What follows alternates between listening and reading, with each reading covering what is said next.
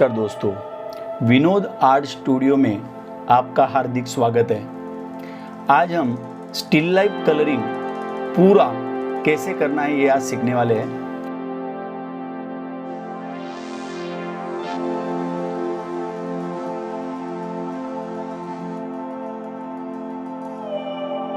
यहाँ पर ये ऑब्जेक्ट ड्राइंग बनाते समय कैसे मेजरमेंट के साथ बनाना है, उस मेजरमेंट के साथ ऐसे हम पहले प्रैक्टिस कर सकते हैं। ऐसे अलग अलग ऑब्जेक्ट हमें बनाने की आदत डालनी है। उसके बाद सिंगल सिंगल ऑब्जेक्ट को इस तरह हम एक एक ऑब्जेक्ट को कलर कर सकते हैं। उसी तरह नेचर ऑब्जेक्ट जो है उसे भी ऐसे हम अच्छे से अगर प्रैक्टिस करते हैं तो बाद में हम पूरा ऑब्जेक्ट बनाते समय हमें उसका काफ़ी फ़ायदा होता है। और यहाँ पर ऐसे ही अलग अलग ऑब्जेक्ट का डिटेलिंग के साथ हमें प्रैक्टिस करना चाहिए, जिससे हमारा काम ज़्यादा बेहतर बनाने के लिए हमें हेल्प होता है। अभी यहाँ पर आपको बनाना से लेके ब्रिंजॉल ये सभी का यहाँ पर ड्राइंग आपको देखने को मिल रहा है। कोकोनट है, इसका भी कलरिंग हम कैसे कर सकते हैं, उसका शेडिंग कैसे कर सकते हैं, ये भी इसके अंदर दिखाया गया है। और टेक्सचर के माध्यम से भी अगर हमें ऑब्जेक्ट कलर करना है, स्टिल लाइफ कलर करना है तो वो भी कैसे कर सकते हैं। अब यहाँ पर ड्रॉ करते समय जो बॉर्डर लाइन होती है, हम ऐसे इस तरह विदाउट स्केल भी उसका आउटलाइन जो है, मार्जिन जो है वो हम बना सकते हैं। और ऐसे ही इससे हमारे हाथों के ऊपर बैलेंस आता है और एक अच्छे तरीके से हम ये मार्जिन बना सकते हैं। अब हम स्टिल लाइफ के शुरुआत करने जा रहे हैं। इसके लिए हमें कॉम्पोजिशन करने के लिए कितना ऊपर से हाइट छोड़ना है ऊपर, और ये उस तरीके से उसे मेजरमेंट लेना है। अब यहाँ पर हम थोड़ा जो ऑल ओवर कॉम्पोजिशन है ड्राइंग का वो कैसे दिखाई देगा उस तरह हम इसे हल्का सा पहले मार्किंग करके ले रहे हैं, जिसके कारण हमारा ड्राइंग कितना बड़ा होगा, हर ऑब्जेक्ट कितना बड़ा होगा, इसका एक रफ आइडिया हमें आ जाता है, जिसके कारण हमारा पूरा ऑल ओवर स्टिल लाइफ का कॉम्पोजिशन हमें समझ में आता है। और ये लाइट बनाने से इससे क्या हो जाता है, ये ड्राइंग अगर हम बना लेते हैं तो हमें वो आइडिया आने के कारण कहाँ पर हमें ऑब्जेक्ट को बड़ा करना है, छोटा करना है या उसका पोजीशन चेंज करना है, तो वो करने के लिए वो हमारे लिए सरल हो जाता है। अब ये बनाने के बाद हम ड्राइंग को फाइनल करने के लिए शुरुआत कर रहे हैं। अब यहाँ पर ड्राइंग को फाइनल करने समय लाइट ड्राइंग हमें बनाना है। उसके लिए हमें एचबी पेंसिल यूज़ करना है, दोनों साइड से प्रॉपरली कर्व।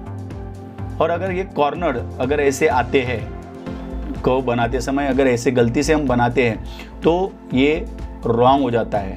इसके लिए कभी भी कॉर्नर बनाते समय वो कर्व होना बहुत ज़रूरी है बकेट के लिए, क्योंकि उसका राउंडिटी अच्छे से आने के लिए। अब इस तरह बॉर्डर है, उस बॉर्डर को भी इस तरह प्रॉपरली पैरेलली हमें बनाना है। जो दोनों साइड का हाइट बकेट का प्रॉपरली आना चाहिए, उसके लिए हमें इस तरह बकेट का हाइट हम 12 सेंटीमीटर तक अच्छे से ले सकते हैं। और बकेट का नीचे का पार्ट बनाते समय भी इस तरह अगर हम पैरेलल लाइन बना लेते हैं और साइड से दोनों कर्व अगर हम नीचे उतारते हैं तो उससे एक प्रॉपर तरीके से बकेट का जो डाउन पार्ट है वो भी बन जाता है और अनवांटेड पार्ट जो है हमें रब कर देना है। अब मेजरमेंट करते समय विदाउट स्केल भी हम इस तरह पेंसिल से बकेट के दोनों साइड के जो हाइट है वो एक्यूरेट है कि नहीं, बराबर है कि नहीं, ये हम चेक कर सकते हैं। अब बकेट का हैंडल हमें इस तरह नॉर्मली हमारे आइडिया के लिए बना के रखना है, क्योंकि बाद में तो हम लोग पूरा इसको कलर करने वाले हैं। उसके बाद जो नेचर ऑब्जेक्ट है बॉटल गार्ड, उसे भी बनाते समय इस तरह हम आसानी से बना सकते हैं। हमने पहले ही वहाँ पर एक लाइट मार्किंग करके रखा था कॉम्पोजिशन का। सेम तरीके से जैसे हमने बकेट बनाया उसी तरह यहाँ पर हमें अपना मग, उसका भी ड्राइंग यहाँ पर करना है। मग का ड्राइंग करते समय एक 7 सेंटीमीटर तक का हाइट हम ले सकते हैं, जिसे मग छोटा भी नहीं होता है और ना बड़ा भी नहीं होता है। और उसका जो पोजीशन है, हर ड्राइंग बनाते समय हमें एक ध्यान में रखना है, ऑब्जेक्ट ड्राइंग बनाते समय हमें एक चीज़ ध्यान में रखना है, वो है उसका कॉम्पोजिशन और जो प्लेसिंग ऑफ ऑब्जेक्ट का जो प्लेसिंग है, उसका ग्राउंड लाइन है, वो प्रॉपर तरीके से आना जरूरी है। अब यहाँ पर हम हैंडल बना रहे,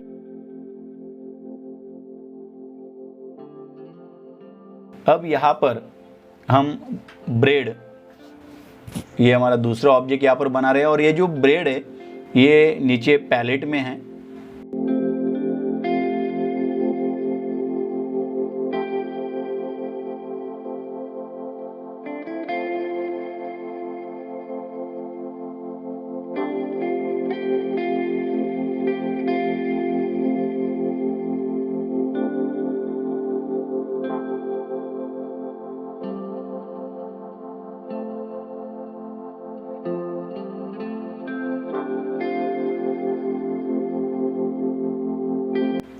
और इस तरह ये पैलेट भी हमें बनानी है। यहाँ पर इस तरह हमारा पैलेट कंप्लीट हो गया। अब ये बकेट में से क्लॉथ इस तरह हमें नीचे लाना है, बनाना है इसे ड्रॉ करते समय, और उसका एक प्रॉपर फोल्ड आना चाहिए। काफ़ी टाइम बच्चे क्रॉस बना देते हैं, तो वैसे नहीं, क्योंकि कपड़ा है वो तो सीधा नीचे आता है और एक फ्लैट सरफेस तैयार होकर उसके ऊपर हमने मग रखा है, ऐसे हमने इसमें दिखाया है। अब यहाँ पर ये बॉटल गार्ड है और बॉटल गार्ड के पीछे एक बॉल रखा हुआ है। इस तरह हमें ये ऑब्जेक्ट हम बना रहे हैं। और अब यहाँ पर ये जो ड्रेपरी है, ये बैक साइड ड्रेपरी, उसका एक हल्का स्ट्रक्चर हम यहाँ पर बना रहे हैं। और नीचे की साइड में हमारा जो डाउन ड्रेपरी है वो हमने रखा हुआ है। अब कलरिंग शुरू करना है। अब इसके लिए हम जो कलर्स हमें रिक्वायरमेंट है उन रंगों की हम यहाँ पर शेड्स बना के लेने वाले हैं।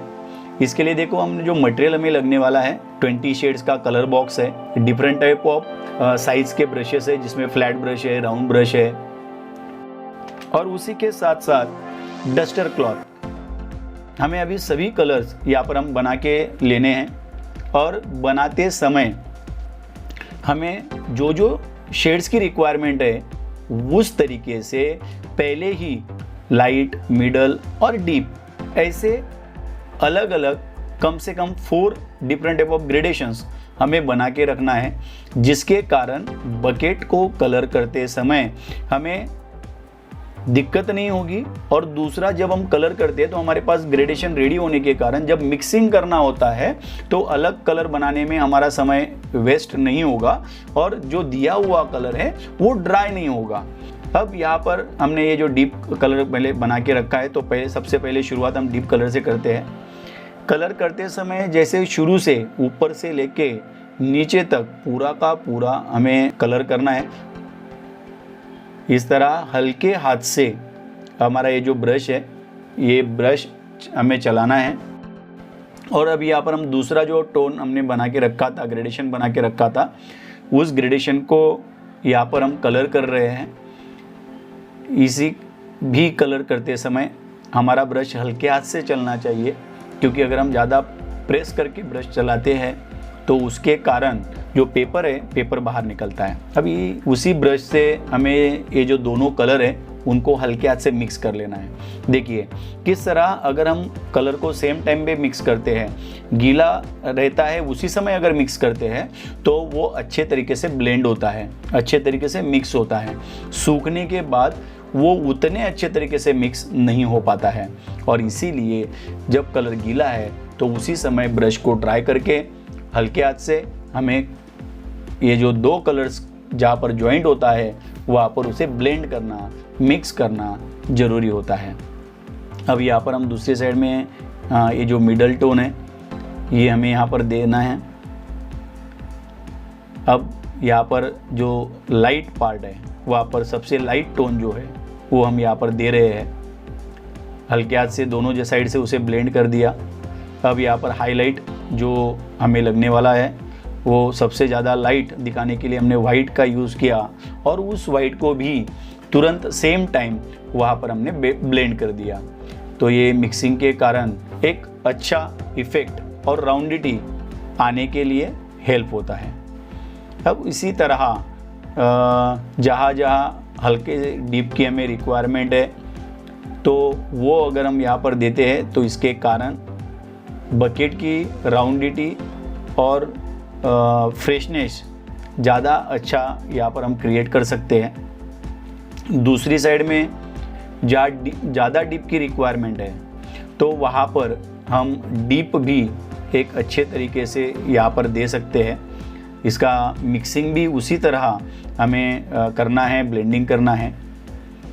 अब यहाँ पर जो ऊपरी राउंड पार्ट होता है बकेट का वहाँ पर अपोजिट साइड से, जैसे जिस साइड में लाइट है तो उसी साइड से हम डीप की शुरुआत करते हैं क्योंकि वो शैडो पार्ट होता है।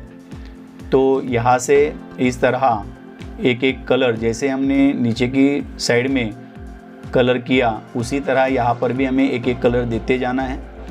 एक एक जो ग्रेडेशन हमने पहले ही बना के रखा है उस ग्रेडेशन को देते जाना है और कलर्स को मिक्स करते रहना है। यहाँ पर अभी हम ये लाइट कलर लेकर उसे भी यहाँ पर हम मिक्स करेंगे। मिक्स करने का तरीका हमेशा ध्यान रखना है कि कलर देने के बाद ब्रश को वॉश करना है और हमारे पास जो डस्टर क्लॉथ है उसमें हल्का सा उस ब्रश के अंदर का पानी निकालना है और वो जो हल्का सा ड्राई है वैसे ही उससे ब्लेंड करना है। तब यहाँ पर ये जो डीप है जहाँ पर बॉर्डर है हमारा बकेट का, तो वो जो ऊपर का बॉर्डर अच्छे से नज़र में आने के लिए, उसका डेप्थ क्रिएट होने के लिए, उसे एम्बॉस होने के लिए ये हमने नीचे से डीप दिया। उसी तरह जो नीचे का पार्ट होता है जहाँ पर बकेट रखने की हमारी जगह होती है तो वहाँ पर भी उसका हाइट और उसका डेप्थ क्रिएट होने के लिए उसे हमने बॉर्डर दे दिया। अब जहाँ जहाँ हमें हल्का सा रिक्वायरमेंट लगता है कि यहाँ पर डीप की और ज़्यादा रिक्वायरमेंट है तो वहाँ पर वो डीप हम अगर हल्के हाथ से वहाँ पर बढ़ाते हैं तो उसके कारण वहाँ का जो डेप्थ है वो बढ़ जाता है। डीप इसी तरह हमें देना है। अब ये डीप देते समय हम फ्लैट ब्रश का भी यूज़ यहाँ पर करना है और इस तरह जैसे मैंने कहा था ब्रश को ड्राई करना है और कलर्स को ब्लेंड करना है। सिमिलरली यहाँ पर जो ऊपर का पार्ट है वहाँ पर भी हमें डीप थोड़ा भी बढ़ाना है और वहाँ पर भी कलर को ब्लेंड करना है। अब जो आखिरी का हाईलाइट पार्ट है वहाँ पर इस तरह जो बॉर्डर पे, अपोजिट साइड पे और सामने की साइड पे ये जो वाइट कलर से हाईलाइट हमें देना है तो ये लाइट के कारण बकेट की जो शाइनिंग है वो शाइनिंग ज़्यादा बढ़ जाती है और डीप, ये दोनों जो कॉन्ट्रास्ट है जिसके कारण कोई भी ऑब्जेक्ट बहुत ही ज़्यादा उभर के आता है।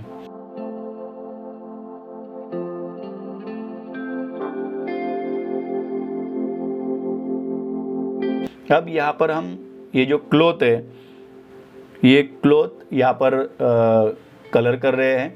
अब सबसे ज़्यादा डिफ़िकल्टी काफ़ी लोगों को एक क्लॉथ कलर करने में होती है, तो इससे लिए कभी भी एक बेस टोन हमें देना होता है। जहाँ पर हाईलाइट है वहाँ पर हाईलाइट देना है, उसके बाद जो मिडल टोन है उसे और डीप जो ग्रेडेशंस है वो क्रिएट करने हैं और वो करने के बाद वहाँ पर उसे हल्के से बाद में हमें ब्लेंड करना है। अब इस तरह ये जो हम हल्के हाथ से देखो यहाँ पर अब ब्लेंड कर रहे हैं।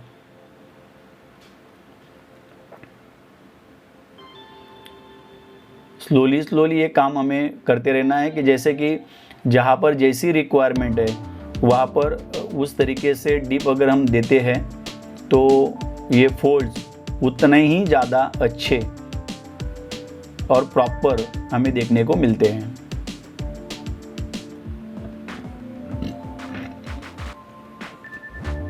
अब इस तरह हर प्लेस पे एक प्रॉपर मिक्सिंग होना ज़रूरी होता है। येलो कलर का क्लॉथ है तो येलो कलर के नियर बाय के जो कलर्स होते हैं और थोड़ा सा ग्रेइश टोन होता है जिसका उपयोग हमें डेप्थ क्रिएट करने में या शैडो क्रिएट करने में, डीप टोन देने में हमें काम आता है। अब इसी तरह यहाँ पर हम बॉटल गार्ड का कलर हम बना रहे हैं। बॉटल गार्ड का कलर बनाने के लिए हमने जैसे सैप ग्रीन, येलो ऑकर, इन रंगों को लेकर उसमें वाइट मिक्स कर कर यहाँ पर ये उसका बेस टोन हमने यहाँ पर दिया है। अब उसमें हमने लेमन येलो और येलो ऑकर दोनों को थोड़ा ज़्यादा बढ़ाकर उसमें और वाइट कलर जो है उसे बढ़ाकर अलग अलग जो उसका कलर मिक्सिंग है वो हम यहाँ पर कर रहे हैं। अब यहाँ पर हल्के हाथ से ब्रश को ड्राई करके हर जगह से जो कलर है उसको भी हमने मिक्स किया। वाइट कलर लेकर उसके जो हाइलाइट्स है वो हाइलाइट्स हमने यहाँ पर क्रिएट किए। अब मग कलर करने के लिए जैसे हमने बकेट के लिए अलग अलग ग्रेडेशंस बना के रखे थे, वैसे ही मग कलर करने के लिए हमें यहाँ पर ग्रेडेशन बनाना है। और यही ग्रेडेशंस फिर जैसे हमने बकेट कलर किया उसी तरह हमें यहाँ पर उसे कलर करना है। जहाँ पर लाइट की ज़रूरत है वहाँ पर लाइट टोन और मिडल टोन की जगह पे मिडल टोन। हमें सबसे पहले मिडल टोन से हम लोग यहाँ पर काम स्टार्ट किया है। जैसे बकेट की तरह ही पूरा ऊपर से लेके नीचे तक ये कलरिंग करना है।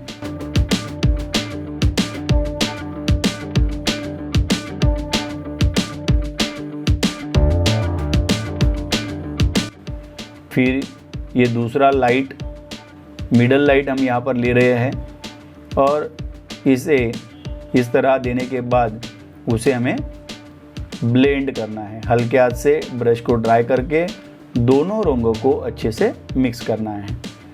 उसके बाद सेम टोन हम यहाँ पर लाइट की जो साइड है, कॉर्नर है, वहाँ पर भी दे रहे हैं। अब हमें लाइट की ज़्यादा अभी हमें हाईलाइट का जो पार्ट है जहाँ पर सबसे ज़्यादा लाइट होता है वहाँ पर ये सबसे ज़्यादा लाइट कलर लेकर बनाकर हमें वहाँ पर उसे दे रहे हैं। अब इसे हमें फिर से ब्रश को ड्राई करके मिक्स करना है। देखो इस तरह अगर आप शांत दिमाग से काम करते हो और सही जगह पे डीप, सही जगह पे लाइट और प्रॉपर तरीके से ब्लेंडिंग अगर आप करते हो तो आपके ड्राइंग में फिनिशिंग काफ़ी अच्छे तरीके से आता है। अब यहाँ पर ये डीप कलर हमने लिया जो ऑलरेडी हमने टोन बना के रखा था। अब ये डीप कलर देने के बाद उसे हल्के हाथ से ड्राई ब्रश से मिक्स करना है। ये हम हाईलाइट यहाँ पर दे रहे हैं और उसे भी ये ड्राई ब्रश लेकर ब्लेंड कर रहे हैं। ये देखिए कलर इतना अच्छे तरीके से ब्लेंड होता है।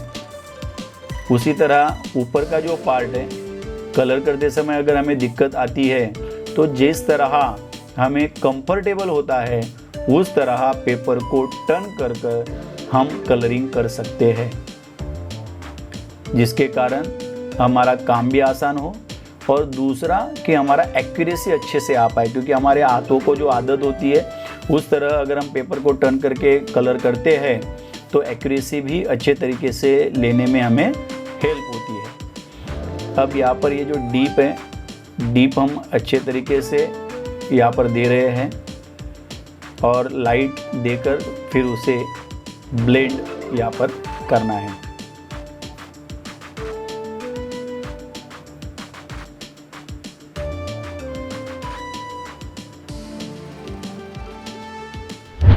इस तरह हर कलर को अच्छे से ब्लेंड करना है जहाँ और थोड़ा डीप जहाँ पर ज़रूरत है उस तरीके से वहाँ पर वो प्रॉपर तरीके से हमें लाना है। अब यहाँ पर जैसे हमने बकेट के लिए भी नीचे का जो पार्ट है वहाँ पर हम डीप देकर उसे एम्बॉस किया था। ऊपर का जो कर्व है, ऊपर की जो बॉर्डर है उस बॉर्डर को हमने एम्बॉस किया था। अब डीप देकर यहाँ पर उसे हम इस तरह डीप देने के बाद उसे ब्लेंड करना है, और ये मिक्सिंग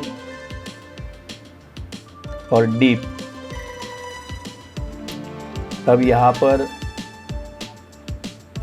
जो मग का पानी जाने वाला पार्ट होता है वहाँ पर इस तरह हम डायरेक्टली, अगर हमने कलर भी किया हो तो भी, क्योंकि कलर अच्छे से कलर करके उसे प्रॉपरली हम बना सकते हैं, क्योंकि ये पोस्टर कलर है। पोस्टर कलर में ओवरलैपिंग हम ड्राई होने के बाद अच्छे तरीके से कर सकते हैं, लेकिन उस समय भी ओवरलैपिंग कलर करते समय ब्रश को ज़्यादा घिसना नहीं है, नहीं तो नीचे का कलर ऊपर आ सकता है, और इसके लिए हल्के हाथ से काम करना ज़रूरी होता है।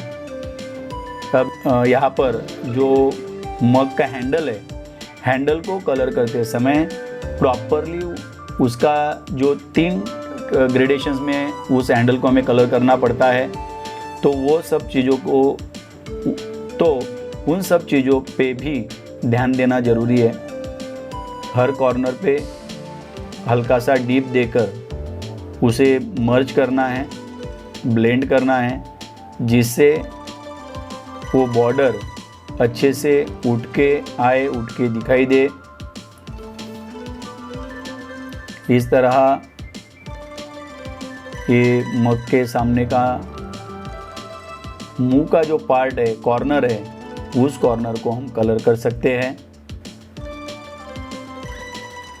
अब यहाँ पर जो हाईलाइट है मग के ऊपर के, ये हाईलाइट भी हम इस तरह हमें हर जगह पे हर जगह पर जहाँ रिक्वायरमेंट है वहाँ पर ये हाईलाइट हमें देने हैं, जिसके कारण मग की राउंडिटी, शाइनिंग और ग्लो सब अच्छे से उभर के आता है। दोस्तों, इस तरह हमारे पहले पार्ट में हमने 3 ऑब्जेक्ट और बकेट में से निकला हुआ जो कपड़ा है उसका कलरिंग हमने यहाँ पर किया है, और सेकेंड पार्ट में हम नीचे का ड्रेपरी, बचे हुए ऑब्जेक्ट्स और बैक साइड ड्रेपरी, इनका कलरिंग देखने वाले हैं। तो दोस्तों, अगर आप चैनल पे नए हैं तो चैनल को सब्सक्राइब कीजिए। वीडियो आपको अच्छा लगा तो उसे लाइक कीजिए और अपने दोस्तों के साथ भी उसे शेयर कीजिए। तो मिलते हैं अगले वीडियो में।